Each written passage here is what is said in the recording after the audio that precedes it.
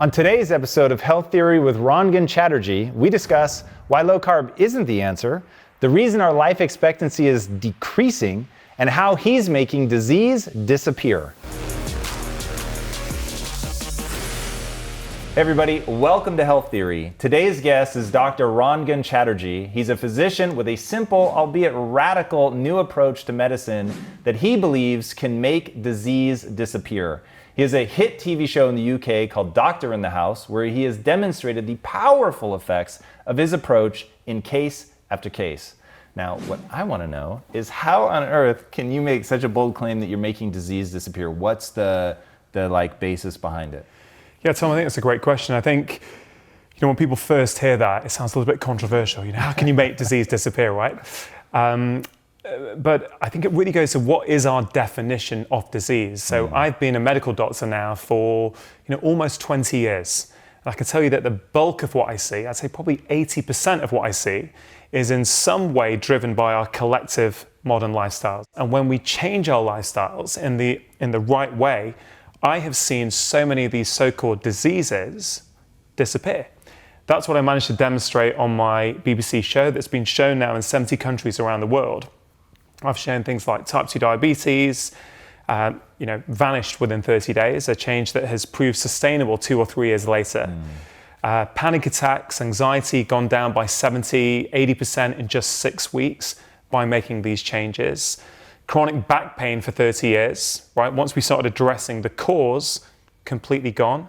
Okay, and the list goes on. I realized that no matter who they were, no matter what the name of their disease was, when you make simple changes in 4 key areas to your lifestyle, it is amazing how many of those symptoms just start to vanish. You've said that this is the first generation being born now that has a shorter life expectancy than the generation before them, which is pretty terrifying. Yeah, in the United States, and I think in the UK now as well, the current generation that are being born, have got a lower life expectancy than any previous generation before them, or certainly in our recent history. And that's pretty worrying, actually. I've got 2 young kids at home myself, and that makes me worry as what sort of world are they being born into? Are there now issues with health that are going to mean they're going to be less well off than the generation before them? And I think this really sort of plays into why there's such disillusionment at the moment with the way medicine is practiced. In the 20th century, right, even 30, 40 years ago, the bulk of what we were seeing as doctors, the bulk of what was coming in and what people were complaining of were what we call acute problems. They responded very well to the sort of pharmaceutical model, the one pill for every ill model. So let's say you have a pneumonia, for example, okay? This is when modern medicine is brilliant. So a pneumonia, the overgrowth of a bug in your lung, right? You come in to see the doctor says, yeah, this is the issue, right? I'm gonna give you a pill to get rid of that bug. And then within a week, within 2 weeks, your problem's gone, right? The model of medicine we have now responds, was set up in that era. What we're seeing today in the 21st century is chronic disease, whether it's type 2 diabetes, okay, which is like a modern epidemic, whether it's mental health problems, right? In the UK, right, 1 in 4 people in any given year are going to have a mental health problem. Whether it's Alzheimer's disease, which, as we're living longer, people are now worrying, as I get older, how am I going to be? Am I going to be able to function? Am I going to be able to talk to my family? Or I'm going to start losing my brain health and my memory? So these sort of conditions require a different approach. And that's why life expectancy is going down, because we're not really well equipped to tackle these problems, because these problems don't respond to a one pill for every ill model. You've got to change multiple things, right? You've got to understand, and a lot of people still don't understand, including a lot of the profession, that these are conditions. There may be a genetic tendency, right? You may have a genetic predisposition. That is not your destiny, though. It doesn't mean you're going to get that condition. Right? We know there's the field is called epigenetics, which is basically this whole idea that you're born with some genes, But your environment, how you live your life, that shapes and that determines whether those genes are switched on, if they're switched off, how those genes are expressed. And that's a big shift, actually. And that's exciting because that means that in a huge part, we've got control over what happens to us. I think that's incredibly exciting. So we need to start teaching our children. We need to teach our doctors. We need to educate the public. We need to change the ethos in schools, in institutions, to start helping us foster a community where health is absolutely valued at the top. Because if it isn't, right, we're going to struggle in our lives. So, I've watched many of your videos, Tom, and when we talk about trying to make a difference, trying to live a meaningful and purposeful life, right? Health is an ingredient of that. When we feel better, we live more. So much of the time, the problems people are telling me about, the disagreements they're having, the family disharmony they're having, often it's because they don't feel good, right? They're putting the wrong things into their body, whether it's food, they're not sleeping enough, that's changing their hormones, that's making them moody, that's causing them to have tension with their children, with their partner, with their work colleagues, and it all starts to add up. And I've realized that often my training has taught me to suppress that downstream symptom, right, with a pill, without actually going upstream and figuring out, well, what's causing this in the first place? And the approach I try and take on my TV show, with my patients, with my book, it's really about saying, we've overcomplicated health, right? I want to simplify it. And we've overly focused on one area. So obviously everyone talks about food when we talk about health. And food's important, right? But it's not the only thing. There are other factors that I would say are equally important that even if you'd asked me 5 years ago, I wouldn't have known that. 5, 6 years ago, I thought it was all about food, right? But I've changed my mind now. You might be better off saying your diet is good enough. Right. Maybe the fact that you're on Netflix or YouTube till 1 a.m. every night and you're only sleeping 5 hours a night, actually, if you go to bed 1 hour earlier, you will find you get more bang for your buck than trying to cut out a little bit more sugar in your diet. Yeah, one of the most interesting things about your approach is this whole notion of lifestyle over diet. As in, it's more important than that. And I thought, whoa, that's pretty radical. And 5 years ago, I would have said the same thing. I was at the height of building Quest Nutrition. I thought the answer to everything was what you were eating 100%. Me too. Right? Yeah. And then my wife ends up having this catastrophic problem with her microbiome. And it came on like that. It went from no sense of we have a problem to our life got put on hold for a year because she just couldn't eat and she was malnutrition. It really actually got scary at one point. And I thought my wife's diet is perfect. So clearly there's something going on here that I don't fully understand. Part of it was my definition of perfect was totally screwed up. And then the other part was that there are so many other lifestyle factors. Talk about this notion of the threshold effect, which I think is so important for people to understand. Yeah, it's this idea that we've all got our personal threshold. Okay, so the way I explain it, if you were in my clinic with me right now, and I pretty much go through this with every patient, I say, look, let's say you were born in perfect health here. Right, we've got this sort of we've got a threshold, right? So we can deal with multiple insults up to a point. So that could be, poor diet, the fact that we don't move very much. We might have had a relationship breakup, which is a stress on our body. We may have a job we don't like, right? It's all building up, getting closer to our threshold. That's when they get sick, right? What I mean by that is often a patient will come in to see me and they'll say, doc, I was fine. Everything was going fine. And then, I changed my job, I don't like my new boss. And then, they come down with an autoimmune illness, right? But when you go into their history, you see things were not fine at all. We're very resilient as humans. We can deal with lots of stresses, right? But something is like the straw that breaks the camel's back. And you can find the last stressor that tips you up, that pushes you over, right? But when you've gone over your threshold, often it's not a case anymore of taking off that last stressor, right? Often you have to go back to basics and build from scratch. Again, it's like, if we were juggling balls, I often say, in your life when things get busy, you can juggle 1 ball, 2 balls, 3 balls, 4 balls, and then someone chucks a 5th one in, and what happens? Everything falls down. And you know, we always look for what's that one thing that it is. Can I give you a case story? Yeah, right, please. right. This is a very typical patient of mine, but this is it was a guy in his 50s. I think it's a 52-year-old guy, right? He's got type 2 diabetes. Now he's a successful businessman. He's go all the time, right? He's, you know, working hard, working weekends. He's always on his email, right? And he got diagnosed with type 2 diabetes.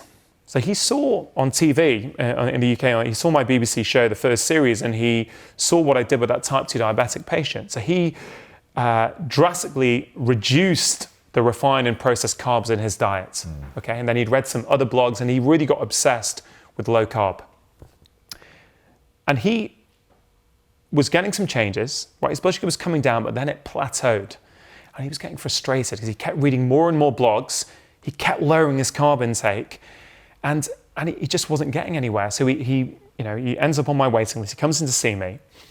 And I remember going through everything with him, and I thought to myself, this is not a dietary issue anymore, right? Because he didn't realize, like many people don't, that your stress levels contribute to your blood sugar levels. Your sleep quality contributes to your blood sugar levels. It's not just your diet. Even though diet is something we get it, you know, we eat a bit of sugar, that's going to put the sugar up in our blood. We get that. But we don't get, right, and there's some really good studies on this, that if you only sleep 4 to 5 hours a night for 6 nights, okay, you are 40% less good at managing your blood sugar, right? Wow. You become pre-diabetic after 5 to 6 days. Just from the lack of sleep. Just from a lack of sleep. It's incredible. But when you start understanding that, you think, well, of course we need a more balanced, holistic approach to helping these people. So this chap, so what I did with him, I said, look, your diet is brill, okay? Arguably, it's too good. Arguably, you're trying too hard now and it's stressing you out. I said, it's sleep and stress for you. So I talk about these 4 pillars, all right? I talk about food, movement, sleep, and relaxation. That it's not about perfection in any one pillar, but it's about balance across all 4. This approach takes the pressure off people. It's not about the perfect diet or the perfect gym routine. It's about making sure your diet is good enough, making sure you're moving enough, making sure you're doing something for your sleep and something for your stress levels. It's an approach that works in the short term, but it's also going to be working 6 months down the line, 12 months down the line. So this chat with type 2 diabetes, we came up with a system. I said, look, ideally, you'd have a 90-minute switch off before bed where you don't look at work emails, you don't go on your computer. He goes, I can't do that, 90 minutes, no way.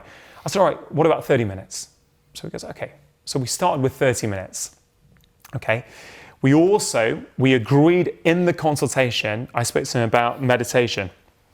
And again, he was a bit skeptical on meditation. I said, okay, look, hear me out here. I tell you what, let's get an app, right? So we downloaded an app in the clinic, right? I said, okay, this is free. Download this. All I want you to do is commit to 5 minutes a day. That's it, okay? So all we agreed on was 30 minutes before bed, he'd switch off his computer and his tech and his work emails, and he'd do 5 minutes meditation per day with his app. Okay, that was it. And he starts off, and he comes back in 4 weeks, and he's like, okay, I'm already starting to feel better. You know, he's sleeping better. He feels less anxious and stressed the whole time. So that was my way in. Then we got to increase it. So it was an hour in the evening, okay? It was, he only stuck to 5 minutes meditation, but we then introduced something that I call the 3-4-5 breath. When you breathe in for 3, you hold for 4 and breathe out for 5. And he did that a few times throughout the week. And bit by bit, he started to introduce these practices. He increased his carb intake, because I said, you're being too aggressive. You don't need to be that aggressive with your carbs. Okay, 6 months later, the guy's blood sugar is no longer in the type 2 diabetic range. Wow. Okay, so he puts his carbs up, he improves his sleep, he gets the stress levels down, and his blood sugar starts to come down. And that's why I'm so passionate, Tom, that when we take this rounded 360-degree approach to health, not only does it yield fantastic results, okay, but it feels more accessible, it feels more achievable for people. I've got countless more case studies like that, but that's I think rather counterintuitive, because 5-6 years ago I was using what is called a low carb approach a lot with my patients, and again, I'm not a huge fan of the term low carb. I think the beautiful thing about it is that it simplifies the concept so clearly that people get it. But I think, we have unfairly demonized fat for 30, 40 years. I worry we're going to do the same with another food group in the same way. And I think, ultimately, you look at these blue zones around the world, these areas around the world where people have got high rates of longevity. They're living to a ripe old age in good health. And you look at what they're doing. And I find it really interesting because a lot of them are having high carb diets. Like in Okinawa, in Japan, they're having an 80% carbohydrate diet. Oof.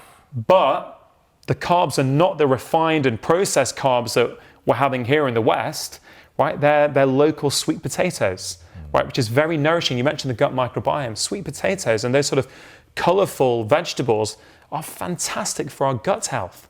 Absolutely fantastic. And I actually think that's what holds all the diets around the world which work well, right? I think the commonality is not the carb content or the fat content. The commonality is they're all a local, minimally processed food that nourishes our microbiome. That's what I think is the unifying factor. And the other thing I think when we look at these blue zones like Okinawa and we try and figure out, well, why are they doing so well? We're trying to figure out what is it in their diet that's the magic. But it ain't just the diet, it's the whole lifestyle, right? These guys have low stress levels. They sleep well, right? They're physically active every day. They prioritize community, right? That's why those guys are healthy, right? It's not just the one thing. And I think, why is it that this low carb approach seems to have such a fantastically beneficial role for so many people in the West? Well, I think what's going on here in the West, we are physically inactive, we are underslept, we're overstressed, we're having highly processed food, okay? Maybe and all those things make you insulin resistant, which is what actually leads to type 2 diabetes and is behind a lot of cases of obesity. Maybe it's in this environment, in our highly stressed out, underslept Western environment, maybe it's in this environment that low carb approach has such a beneficial role. Maybe those guys, they stay under their threshold in a different way. They don't need to be as aggressive with their carbs, let's say, because they're getting all that sleep, they're getting their stress levels down. I think food is much more than fat versus carbs, but good health is much more than food, right? Wow, that's really strong, yeah. I've always been interested as a doctor as to what works in real life, right? I love the research papers, I love the science, but I'm more interested in how do you convert that into real life action for that person sitting in front of me. And I can tell you, one of my one of the most popular things from this book is what I call the 5-minute kitchen workouts. And this again came out of a need that I saw from my patients, right? So, strength training is very much undervalued in society. When we talk about activity and movement and exercise, right? We're always talking about, walking more or, doing more cardio. And there's nothing wrong with that necessarily, but we neglect strength. Right. And once we hit 30, right? Once we get above the age of 30, we can lose 3 to 5% of our muscle mass every decade. Whoa. We can be even more above the age of 50. And, your muscle mass independently predicts your mortality.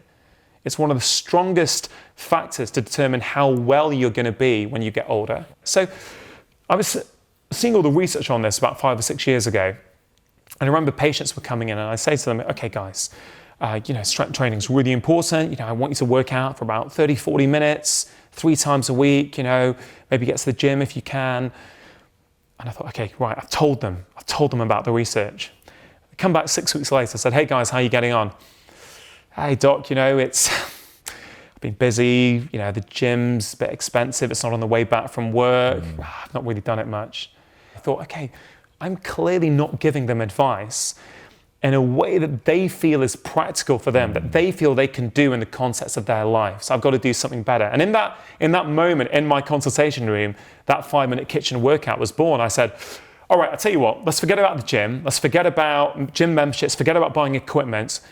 I'm going to show you a workout you can do right here, right now, in your kitchen. I've got 20-year-old patients doing it. I've got 70-year-old patients doing it. You can modify it for any ability level. And, I find that by setting the bar low with people, right, and they achieve that, they feel good about themselves. They start to do more. It's about simple approaches that work in real life. Yeah, the science is all in there, but the science interests me, but it doesn't dictate what I do. I've got to convert that into what's going to really help my patients. Real life people with busy jobs, with busy lives, right, who want to be healthy. I want to talk about the show for a second, because being with people, living with them for 4 to 6 weeks and getting in there, what are you seeing that are patterns of, I'll call it bad behavior, but I don't mean that in like the moral sense. I just mean it has an unintended consequence that they may not even realize. And then what are some of the fixes that are these simple things? So like in the movement pillar, you've got that, something simple they can do in the kitchen. But what are things that you see over and over and over that people do wrong that have a really simple fix? So I'd say a few things. Yeah, food was a big one. There's no question. When you open people's cupboards, you open their drawers and you see what's in there. You see the naughty drawers and you see the stuff that's in there. And then you also not only look at what's in there, which is basically all the highly processed food, it's all the sugary treats that live inside the house, right? But it's then as you're looking there, you see the family dynamic. You see like the wife, that's not mine, that's it. He always brings that in. I tell him not to bring that in. He goes, no. The husband's like, no, that's not the case at all. I bring these in because you like them, right? You see that in every house. So there's obviously this dynamic that, who's responsible for it? Everyone's putting the blame without realizing it on other people. It's not me, it's, I'm doing it for the family. Right. So I find that quite interesting. So one of the fixes there is to control the environment you can control, right? If you're trying to make healthy, let's say, food choices, right? Don't keep that stuff in your house, right? So I say to them, when you walk outside your front door these days, you are having to exercise your willpower every step of the way. You go to a gas station, right? And you go to pay, you're walking past all the chocolates, all the bags of chips, everything, right? You're having to exert your willpower there. If you want to buy coffee in a coffee shop, right? You stand in line, you order, you're walking past the muffins, the pastries, the croissants. You're constantly having to use the willpower when you step outside your house. I'm saying don't use it inside your house, right? If you're serious about making those choices and you want a sugary treat, you know what? Have it. Once a week, once every 2 weeks when you go out and meet your buddies and you sit in a cafe and have it there. Don't bring it in your house, because what will happen is that you will come back tired, you'll come back stressed one day from work, you'll feel a bit low, and you will start gorging on what's in the house. A few months ago, I was going through a very stressful time at work and all kinds of things were going on, and I was sitting at home in the evening with my wife and I thought, I fancy something sweet. But I looked in the cupboards, there was nuts, there was olives. I was like, I don't feel like those. I want something sweet, but there was nothing there. And you know what? 10 minutes later, that craving goes. Right. It's what I call an itchy mouth. Right? I'm not hungry. It's just, I fancy something to put in my mouth. So, controlling the environment you can control, I think it's a very important thing that I taught all of those families to do. And they really, although they were resistant at first, they really saw the benefit. All right, 2 things I want to dive a little deeper there. So, number 1, do you ever get into the psychology of like, oh, I got this for you. No, you got it for you. What are you talking about? Do you ever just like put a finger on it and say, hey, let's talk about what's driving that? Yeah, absolutely. And more these days than I even used to do, because I've realized that people have got very powerful emotional attachments as to why they do certain things. I'm going to tell you about the very first day I ever filmed for this documentary series, right? This is the first family. I rock up into this town called Shrewsbury in the UK. And, a little bit nervous because there's a camera crew that's going to watch me be a doctor and try and help these guys. Right, first time I've done that. And I meet the family, lovely family, that's been struggling with their health, a whole variety of health issues. And I said, guys, what would you typically eat? Right? So the father says to the family, hey guys, just the usual tonight? He said, yeah, Dad, just the usual, please. He says, come on, Doc, come with me. So I go, sit in the car. Right, we drive 15 minutes out of town to go to a McDonald's drive-thru. On the way there, the guy says to me, he says, Doc, you know what? I know this stuff isn't good for us. And it's really, really embarrassing for me to actually be taking you here, but this is what we do. Right? And I don't think I quite got it back then, but I've reflected on this a lot since then, which is these guys knew that these weren't healthy choices. He knew that. But it was only when this third party comes in, someone who's got no emotional attachment to this family, he starts to feel really guilty. And he feels he has to apologize to me for the choices he's making, which first of all, he doesn't need to apologize. But I found that really interesting. What's going on there? Why do people make choices that, are not serving them, right? Why do you think they do it for real? Because I think those choices, on some level nourish them. If they're lacking something in some aspects of their life, they're feeding their reward pathways. So many people will eat to make themselves feel better. If they had a stressful day at work or they're feeling a bit low, food is a comfort for them. Food helps them feel better about themselves, albeit for a short period of time. We all know that feeling. If we have a sugary treat, we can feel good. Yeah. We know intuitively that food can change our mood. Right? There's a lot of science now behind all of that. But I think it's because on a deep emotional level, maybe when they were a kid, they were conditioned that you're not feeling so good, you're feeling, well, should we have some nice sweet treats? And this particular family, for example, again, the dad would say that I buy this stuff because it makes my wife happy. She really likes it. So in some way, he felt that he was doing a really nice thing for his wife. His wife really enjoyed that sort of food. So he felt, as a loving husband, I'm going to give it to her. Right. So I feel on some level he felt that was him helping, his part of being a good husband. But I tell you with that particular family, that as we went to McDonald's and he ordered the food, and what was incredible for me is that he ordered, it was £48. That figure is locked into my head. So that's about $65, $70 maybe, something like that, just for one meal for a family of four. But then we got back to the house with the food, right? And check this.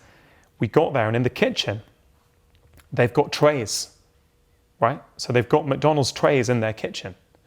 So they dish up onto the trays and they serve them. So this is what happened then. The son is sitting at the dining table, eating by himself, while sort of scrolling his phone at the same time. Okay. The mum, I think, was watching television. Okay. And she was watching television. I think the daughter might have been on her phone at a different part of the living room, and I can't remember where the dad was. The point is that they're a family of four. The food is all ready at the same time, yet they weren't eating together. Okay. They were mindlessly eating whilst also doing their emails, sending text messages, doing their social media updates, whatever. And so the intervention I made with them, and I made it with lots of those families, is to have one meal a day with someone else, if possible, sitting around a table. And I'm telling you, Tom, that was transformative. That whole social connection piece, and one of the recommendations I make in the Relax pillar is that eat round a dinner table for at least one meal a day with someone else if you can. You eat less when you do that, right? Why? Because you're not mindlessly eating. We can easily overeat when we're doing something else. There are studies showing that if you eat whilst watching television, you eat much more, right? We know the feeling. I know when I used to watch a lot of sports games on TV with my buddies, and there'd be like a bowl of crisps there or tortilla chips. How many of those things can you do whilst you're watching the game? Yeah, it's super interesting the way that people deal with food. When you were talking about sitting there with your friends, watching a show, or probably watching a sporting event, honestly, and just munching. And I thought, a wave of like, I want to do that right now washed over me because it is so deeply pleasurable. And one of the things that I think is so hard when you're trying to make these sort of global changes to people is we optimize for short-term pleasure with total disregard for long-term consequence. Yeah. And even in the story when you were telling about the husband, it makes my wife happy and I want to bring it home. But at the same time, I've seen some of your episodes.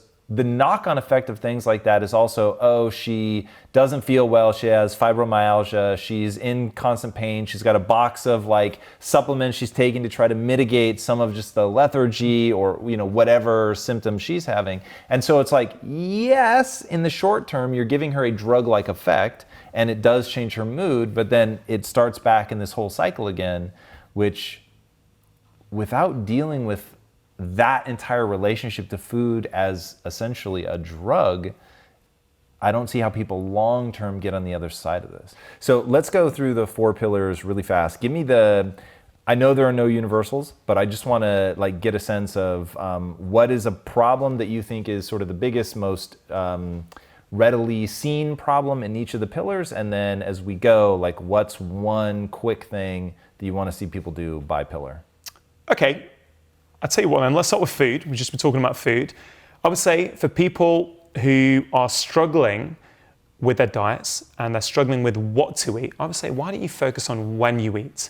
Interesting. There's very powerful research now. A lot of it's coming out of California, the Salk Institutes, where they're showing that when you eat is arguably as important, or certainly of critical importance, as well as what you eat. So a lot of research has been done, particularly in animals initially, that's showing that if you restrict your food intake to about 10 to 12 hours, okay, right, you can eat whatever you want, 10 to 12 hours, right, you get improvements in your weight, improvements in your blood sugar, improvements in your immune system function, just from changing the hours that you eat. Because what happens when you go through a period of time where you're not eating, so once you've not put food in your body for about 12 hours, we think that a process called autophagy has kicked in. Autophagy is like house cleaning for your body. So just as if in your kitchen, if you didn't clean up every day, if the dishes, the plates were starting to stack up, by the end of the week, it wouldn't be a very pleasant kitchen to walk into. When we don't eat for 12 hours, that process autophagy starts to clean up the mess that's built up. And is that the magic number, roughly 12 hours? Look, for different people, it'll be different things, but 12 hours a day where you don't eat, for most of us, autophagy will have kicked in. Okay. So, and the reason I stick to 12 hours is that it's achievable. My approach is not about perfection in any one area. It's about doing a whole array of different things. And it's the synergy. That's where the magic happens. That's where you start to get all these different pathways in the body kicking in. Sure, if you think you're going to get more benefit from 10 hours or 8 hours, fine, go for it. But I'd much rather people go, yeah, I've got a tick there. I'm going to move on to another one. Okay, so we have our tick there, and that was cool because it was not what I expected you to say. So that's food done. What are we going to do next? Okay, I think if we go with movement, I would say do not neglect strength training. Okay? And I would say do a strength training workout, whether it's body weight, whether it's my 5-minute kitchen workout or your own favorite one, at least twice a week. But my approach, whether it's the food recommendation I just made, whether it's the movement recommendation I just made, or the sleep or relaxation ones, it's about simplicity. Okay, so that's what I'd say in move. Okay, so that's food and movement. Okay, sleep. Okay, I think this is arguably the most undervalued pillar of health. Okay, because in 2018, if you're not prioritizing sleep, you're probably not getting enough. It's just infinite distractions, right? We all know that feeling where we're still sat up late watching more and more content. And again, a lot of great content out there, but it could be having a consequence. So I can tell you that the majority of people who are having sleep problems are doing something in their everyday lifestyle that they do not realize is impacting their ability to sleep at night. Okay? So my top 2 tips there would be a no tech 90, try and have 90 minutes before bed with no tech, right? But the counterintuitive one is get outside in the morning, right? A lot of people don't realize that these daily rhythms are set by light, right? In order to sleep at night, okay, you need a differential between your maximum light exposure and your minimum light exposure. So a dark room, right, has something called 0 lux in it. Lux is a unit of light. If you go outside on a sunny day for about 20 minutes, you get about 30,000 lux. Brilliant. So that's a really big differential. If you go outside on a cloudy day, you're getting about 10,000, 15,000 lux, right? If you go into a brightly lit office, a modern, brightly lit office, you're getting about 500, maybe 1,000 lux maximum, right? So everyone's thinking about what they do before they go to bed in the evening. But a life-changing tip, and this has transformed the lives of so many of my patients, is get outside in the morning for half an hour. Even that will help you sleep in the evening. Okay, what if I live somewhere super cold and that sounds like pain? Is sitting next to a window gonna work? No, you've got to get outside. Okay, and I go through, there's so many ways you can do this. You know, in the UK, in January, it's not that easy to want to go outside. It's dark. Right. It's often dark till 8 a.m. It gets dark again at 3:30 p.m. I will sometimes put my fleece on, right? And I'll sit outside and have my coffee in the morning outside just so I get that light exposure. Because it's that fundamental to how we are as human beings. We need natural light. Okay, and last but not least, relax. Okay, relax. Again, there's a ton of suggestions, but I think the one I'm going to choose is 15 minutes of me time every day. Okay, something for you and you alone, something that does not involve your smartphone. Okay, and you're not allowed to feel guilty about it. It could be anything. It's important. It could be literally sitting in a cafe and enjoying your cup of coffee, but not rushing and taking it and trying to do a million things. Just sit there and people watch, or just sit and read a book, right? Something. We have lost stillness from our modern lives, and we need to get it back. That's incredible. All right, before I ask my last question, where can these guys find more about you online? Where can they get the book? Yeah, so I'm pretty active on Facebook and Instagram, and it's at Dr. Chatterjee. The book is available in all usual bookstores. It's How to Make Disease Disappear. I've also got a podcast called Feel Better, Live More, which is a great way to sort of find out a bit more about me. Awesome. And then my last question, if people were going to only change one thing that would have the biggest impact on their life, their health, what change would you have them make? Go to bed 1 hour earlier each night. Wow, nice and simple. Awesome. Rangan, thank you so much for being on the show, man. This is absolutely incredible. Guys, his approach, I can't get behind it any harder, any more aggressively. It is absolutely fantastic. As you guys know, in the journey that Lisa and I have been going on of trying to get her microbiome back in order, learning about functional medicine, hearing him call it root cause medicine, which I think is so much more powerful in terms of understanding what it's really about. As you watch his TV show, which is great, by the way, you guys are gonna wanna watch that. It's a great way to be entertained at the same time that you're deeply educated into some of the mistakes that we all make. I think you will see yourselves reflected in these people a lot more than you may think.